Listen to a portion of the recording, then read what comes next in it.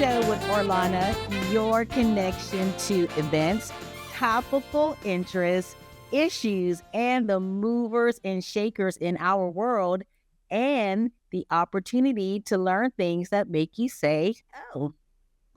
Today on the Ohh Show, I'm highlighting the inspiring journey of Miyah Knight, a young woman from Pittsburgh, Pennsylvania, who turned her dream of becoming a model into a national reality. From walking in free and paid local shows here in the city, to investing in training, to studying the craft with intention, Miyah positioned herself for the moment she was discovered and signed by a national agency. So her story proves that big dreams can grow right here at home. Miyah, welcome to the Ohh Show. Thank you so much for having me. I'm excited. I've been trying to get this interview for a few years. You've just been like jet setter. We can never get our schedules together. So I'm so glad that we're able to connect. Yes. Likewise. Yes. So we're going to dive right in. When did you first realize modeling was more than a dream? And how did growing up in Pittsburgh influence that desire? Well, as far as modeling is concerned, it was always more of just like an inquiry. It felt like a long lost dream, something that wasn't super tangible or achievable. And when it felt like more of a reality when I started walking in it. I started actively, doing the research and actually getting introduced to who's been my modeling advisor since the beginning of time, Lamont Jones, who is heavy in the fashion industry in Pittsburgh, and he took me under his wing and kind of molded me and kind of confirmed what I was looking at via research, sir. So growing up in Pittsburgh, as far as inspiring me to model, honestly, wasn't. I would say I think what really helped, because I grew up more so in ministry and in entertainment, so but the art of representing, in ministry, that of representing through faith, that kind of spoke to me through the modeling world, and that became an influence, especially since ministry is huge in Pittsburgh. So through a ministerial standpoint, that kind of became the birthing place for me, for my inspiration from Pittsburgh into modeling. I like that. And I never even thought about that connection. So yeah, same connection. I remember when you were just starting and you really didn't turn down opportunities, whether it was free, paid. You were in a lot of shows. How did those experiences teach you about the industry and your own discipline? Oh, for sure. I think accepting what most people would consider low-hanging fruit definitely it builds your foundation. It allows you to stay grounded and remember what you're doing this for, and that, if all else fails, you could be doing this. You can be in this industry or any industry. It gives you a different appreciation for it. It overall establishes who you really want to be. Am I in this for the money? Am I in this for charity? Am I in this for, recognition? It really just gives you a roundabout. It gave me that. It kind of, hustling from, like you said, from paid shows, non-paid shows, charity events, known designers, underground designers. It became it helped build my foundation of, okay, I'm doing this more for, I'm not doing this for validation. I'm not doing this for fame. I'm not doing this even just on a quiet, sort of like give back. It's all consuming, all encompassing. So yeah. I was in a meeting recently and someone said, when it's your calling, when you would do it for free. Yeah, I would absolutely. I think you more than just knowing it's your calling, it's your, that you found purpose within it. because I feel like when you do something for free, it can almost show as like just resume points, just like getting into college, like volunteer points. It can be something that like that. But when it turns from just showmanship to actual purpose and genuine dedication, that's when the tables turn, and you can actually realize like, oh, I can do this, for $100,000 or 10, Right. so that's when the variables are, change. So the other thing that I love that you did as well, you didn't wait to be discovered. As we mentioned, you did local shows, you did paid shows. You also mentioned, you found a mentor, you studied the craft. Yeah. What training, classes, or other preparation helped shape you into an agency-ready model? I will say, along with the research and things that I've done, I will say actually what probably prepared me most was the experience, was taking on those jobs that were um, low paid, unpaid, and genuinely researching those that have gone before me, like looking back at Beverly Johnson, looking back at Naomi Campbell, looking back at, the history of what I was getting into. I feel like that really prepared me for where I was going. And as far as like, because I got signed to two agencies before my big one. So making sure that I even found the right fit to go and get signed beforehand, before making that huge jump. All of those experiences with agencies really just helped me develop to become in a different direction than most. Like you said, some people being scouted and discovered, it really helped. Mhm. And getting signed, as you mentioned, it takes work and some strategy. What Yeah. did you take to present yourself professionally and secure representation with the national agency? I think you just kind of mentioned a little bit, but if you can expound a little bit more. Yeah. So, what helped with that was honestly just um, going. What I was able to do was get with an agency at each level I was at. So when I started out, doing all of the shows within Pittsburgh, I wasn't afraid to travel for other shows and for other opportunities and for other, to shoot. So expanding my boundaries, expanding my territory, really helped me interact with other agencies and other photographers and models. And so I was able to jump from Pittsburgh to New York. Um, and I got signed with a New York boutique agency in that way. Um, and then experiencing things such as like high fashion, editorial, um, different types of modeling opportunities there. I was able to then kind of look back at my hometown and get with an agency here at home in Pittsburgh. So I was able to kind of take the strategies and the information I was learning from my shared experiences and from even the stories I was hearing from other models. I was able to kind of like take that into my own portfolio and in my own study, add it to my research and studies, and really move in a way that honored my own journey. Huh? So I think that was huge for me. What were some of the challenges you faced breaking into the industry from Pittsburgh, and how did you push through them?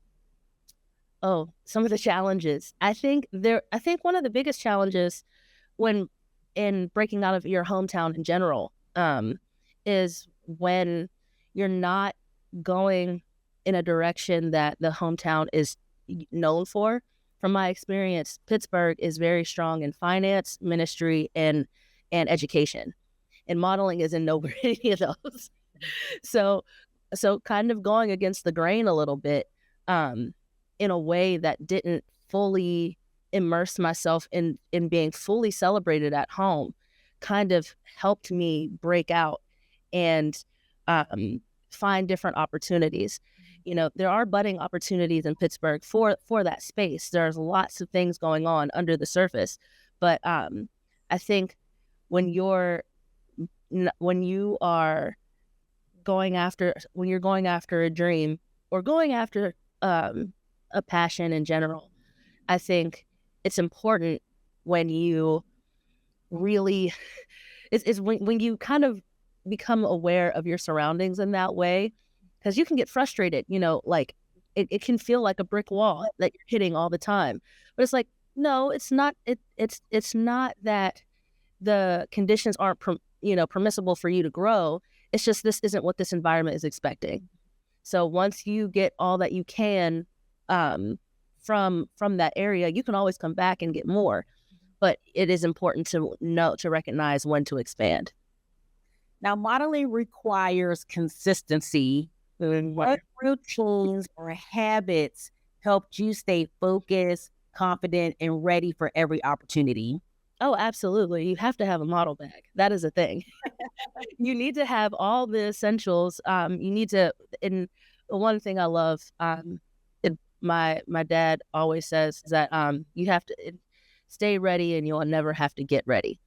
So that includes skincare, that includes rest, that includes a workout regimen, that includes knowing your body and knowing what to feed it. And, like not even so much on the strict end of dieting, but knowing how, like learning yourself and learning what nourishes you for the long haul, because there are times where you're on set and, the crew, the client may not have a budget intensive, like with enough resources to feed you the way that you need fed, So like, they'll do their best, but it may not always be what you need.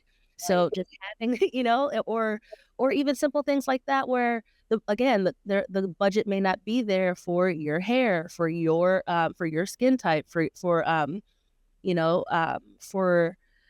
just for things that may go wrong. It's always important to be ready and to have what you need. And, another phrase I enjoy is better to have and not need than need and not have. Mm-hmm. So I without shame, I will bring a little carry-on, full 4-roller to a set if I need to, especially if I'm traveling like that. I know I have all my stuff. I know that if they need double-sided tape, it's in there. I know, you know what I mean? Just being prepared is so important, and that helps establish the consistency that's required. Now, I know on the outside, people, when you say you're a model or you're modeling, we instantly envision just all this high-end glamour.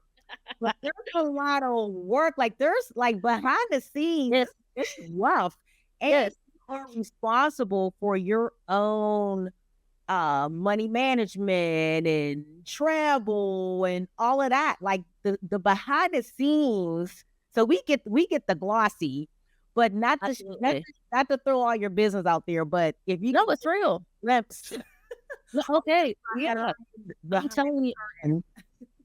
I am telling you, when it comes to modeling, like people see the finished product, they see that page turner, but like you said, there's like, there's so much that goes into it. You see them in a relaxed pose, but their abs are on fire. Right. You know what I mean? So it's that kind of energy where there's a lot of work in putting a shoot to move smoothly. You don't know what it takes to know where the camera is and to move with it and to like, it's such a blessing. Again, shout out to Lamont Jones, because he taught me how to dance with the camera. Mm-hmm. Like that's a thing, and it's so important because it makes a difference when you're shooting or when you're with a, or when you're on set. Some of the things that it takes as far as modeling, yes, it's important to know your own strengths and to be flexible. And that's why, like different workout regimens are important, because if you're contorted into a certain pose in order for the garment to look a certain way, you can't show that pain. There's a lot of transparency that is, there's a lot of transparency that doesn't exist I will say, because it's not always supposed to, you know? So it's very interesting. Yeah. Being, modeling can be, you see the finished product, but you don't see how many flights that model took, how many buses, how many trains, how, like, whether or not they slept in the airport, whether or not they, whether or not they did their face in a coffee shop bathroom. Like, that's a thing. Like, I, I, I have and still do that sometimes, where, where you're getting dressed in a car, where you're changing outfits in the car, or, you've got two of the camera crew, holding up a sheet around you so that you can swap outfits. Like, those are things that happen. And it's 40 degrees and you're wearing something for summer, that's another thing. Like, there's just so many little details that people don't. Well, I feel like with social media, we're a lot more aware of now, the inner workings and behind the scenes. But yeah, again, there's so many things that we're just not aware of, or, so. Talk about just managing, because when you're a model too, I mean, you are the business, so you have to manage your own. Like, you don't have like your own, I mean, you might, but you don't really have like your own finance director and Oh yeah, no, I'm glad you brought that back up, because I wanted to mention also that when there's so much that you learn about taxes, there's so much that you learn about finance, and there's so much that you learn about managing yourself as the product. Thank goodness, as of 2020, there have been a lot more gig work clauses within tax returns and all of that. Like, the industries are starting to catch up to what we need. But before, and I'm even speaking within the 2010s, like, it was still very difficult. I can only imagine what it was in the 90s, but like, it's so difficult to manage, to keep all of those receipts, or, to even keep a credit card solely for those purchases. And I even had a finance background. I worked at the bank, and that even helps with my full understanding. So, like, that's, I can only imagine people who didn't work, in any sort of finance capacity, like it, so yeah, it is tough, and managing it on your own can be grueling. Yeah. So for aspiring models who are listening or watching us, can you share maybe some 3 do's, Yeah. 3 don'ts you believe every new model or aspiring model should know? Yeah. Oh, absolutely. Condensing it to 3 is fun because, there's a lot. But I will say that one do is definitely research. Make sure that you research. Make sure you do, you look up what the agency you want to go after, if that's your vibe. You make sure you look up whatever client comes your way. Make sure you look at the even the models that are your inspiration. Make sure you look at their catalog. What type of posing are they doing? It's important to study your craft in all aspects.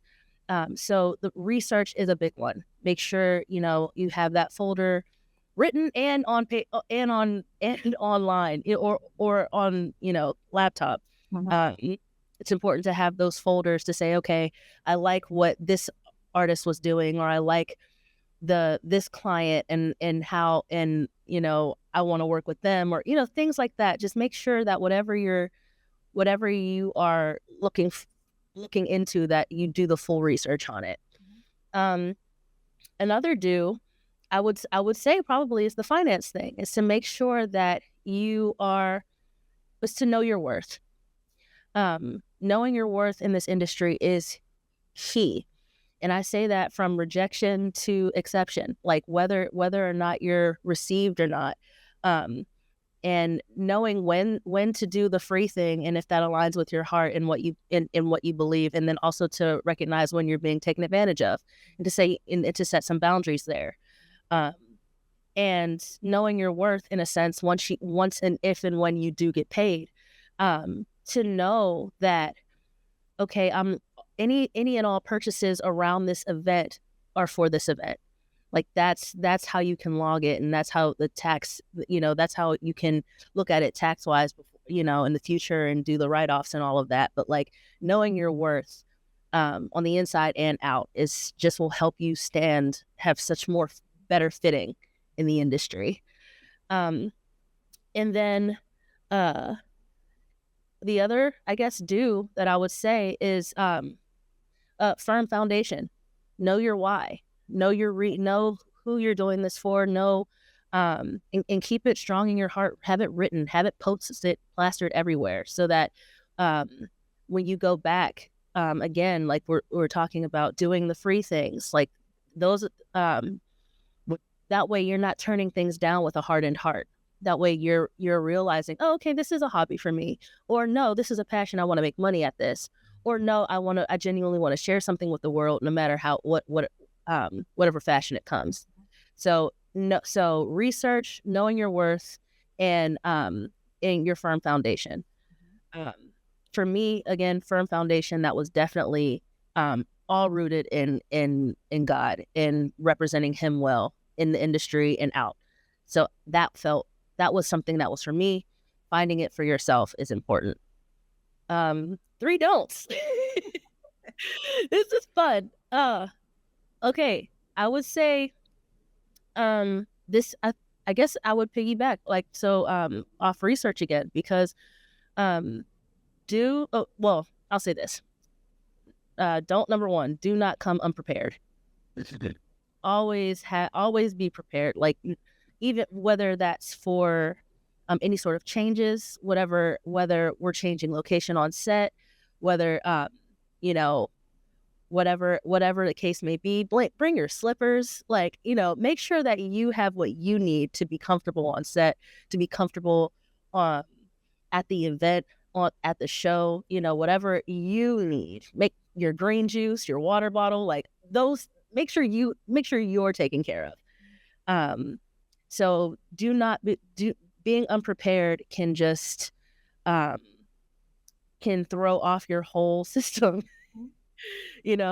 I think that applies to any career. No, facts. Anything you choose, because if you're not, when you don't pull up,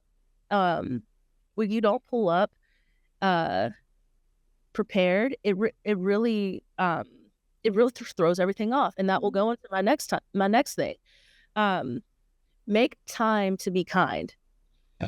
And this is important in the industry, because when you don't do this, you're not because when you show up disheveled and hurried and unable to engage, that can be your very last time with that client, or you can be walked off set immediately. The absolute don't is to do not show up without kindness, because you can be escorted if that's the type of time they're on, like they will walk you off. I remember there was an interview with actress Gabrielle Union, and they asked her, how does she continue to get work? And she said, I'm nice to people. She's like, there was no secret strategy. She was like, I'm nice. Exactly. And people want to work with people they don't have to manage outside of the curriculum of what's happening. Right. If I have to manage your emotions and your, and this doesn't count for standing up for yourself and being firm on certain things.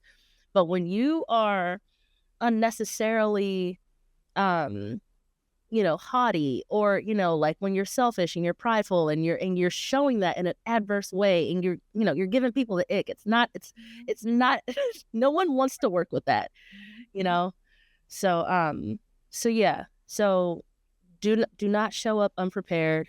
Don't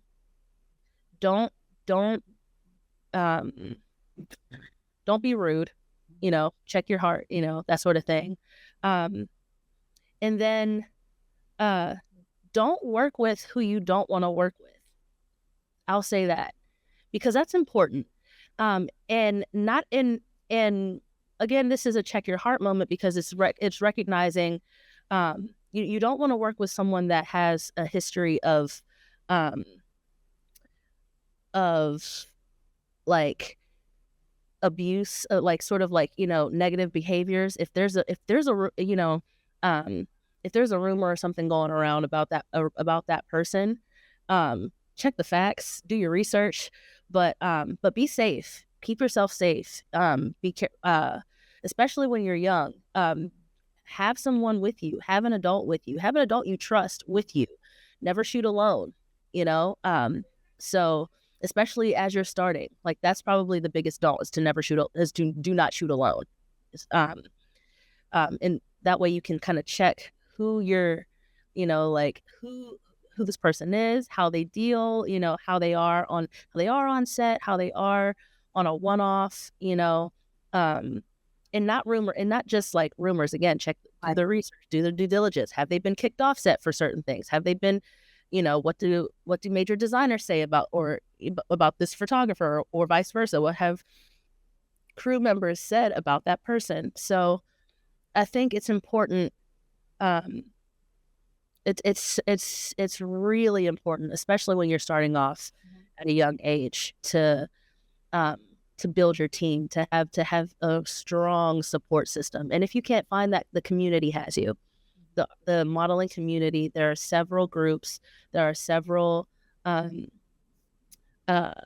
are several mentors within the modeling community that you can reach out to, that will literally have your back and hold your hand in certain situations, especially if you're unsure. This was all good, really good do's and don'ts that there's so many, but I had to limit to 3. Exactly. Yeah. I was thinking of 2 more, and I'm like, we don't have time. We're almost done, but I wanted to give you opportunity for you to share with us what's next for you, and how do you hope your journey motivates other young women from Pittsburgh to dream big? Well, what's next for me, as you can see, I have hair now. I've had a shaved head for almost 15 years. And so right now I'm in the process of a rebrand, and I am exploring what that looks like, as far as, having, and also exploring my hair journey with that. So I'm doing a lot of things that are, so I just finished a shoot for like my hair digitals and all of that.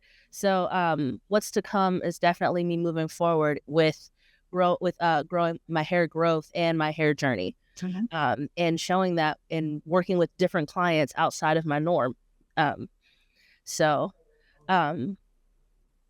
Yeah.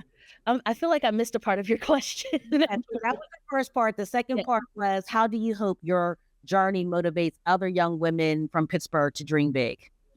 My prayer for those in Pittsburgh is that to be reminded that we're from Pittsburgh, but we live on Earth. The world is there's so much world to explore. There's so many things to do, so much to be achieved, and just to try out. You can always come home, but give yourself opportunity to explore the world and to try new things, and to try, especially if you're modeling, to try something in Spain, try something in France, Milan. Don't be afraid to venture out there, and to see what the world can, what you can genuinely offer the world. Miyah Knight, Pittsburgh native, but living her best life and her dream as a national fashion model. I am so proud of you. I remember when I met you, you were a teenager, and you were a baby, and you said you were going to be a model, and I watched you do all the things you just shared, and you actually got signed. I mean, you were signed several times here locally, but then when you got the big the big agency, we're super, super proud of you. So whatever you do, whether it's inside and outside of modeling, I know it's going to be of excellence. So Miyah Knight, thank you so much for joining us. You can also find her on Instagram and TikTok You've been listening to the Ohh Show with Orlana. Until next time, keep shining.